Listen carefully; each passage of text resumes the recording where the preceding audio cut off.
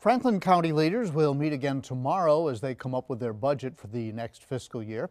Among the people keeping a close eye on that process are the county's volunteer fire departments. The Burnt Chimney Department is also taking matters into its own hands. 10 News anchor Samuel King tells us that they're launching a mail-out fundraiser for the first time in more than a decade.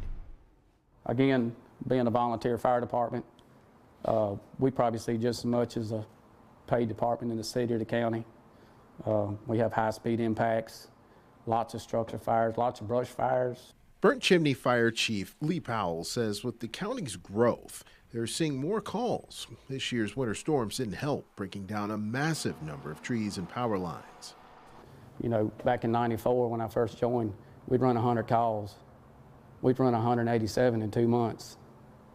It's not just the number of calls that are rising, it's the cost too, for things like air tanks and this gear for the crew. The gear has a shelf life of 10 years, so we're always trying to figure out within the 10 years how we're going to cycle that gear out. So we figured out that we have to buy at least 3 to 4 sets a year to cycle those out. So $15,000 for 3 sets. Powell says the county has been generous with things like trucks. Leaders are also proposing to enhance funding for replacing ambulances and fire apparatus. But the day-to-day cost of maintenance and gear replacement falls to the department. And this year's proposed budget leaves funding for Burnt Chimney and other departments flat from last fiscal year. So Powell says his department is launching a big public fundraising campaign, hoping to bring in thousands of dollars. When you dial 911, we want to be able to come and show up to your house and be prepared with the right proper equipment to do what we need to do.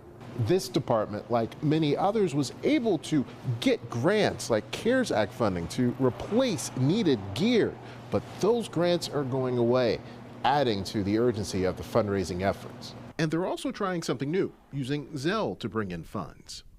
So we're hoping it drums up some business. A lot of people don't carry cash anymore. You know, you hit your phone on it and it sends it right to a new bank account that we have set up for this. Residents in the department's service area will see the fundraising appeal in their mailboxes in the coming days and weeks. The County Board of Supervisors is expected to adopt next year's budget in April. In Franklin County, Samuel King, 10 News, working for you.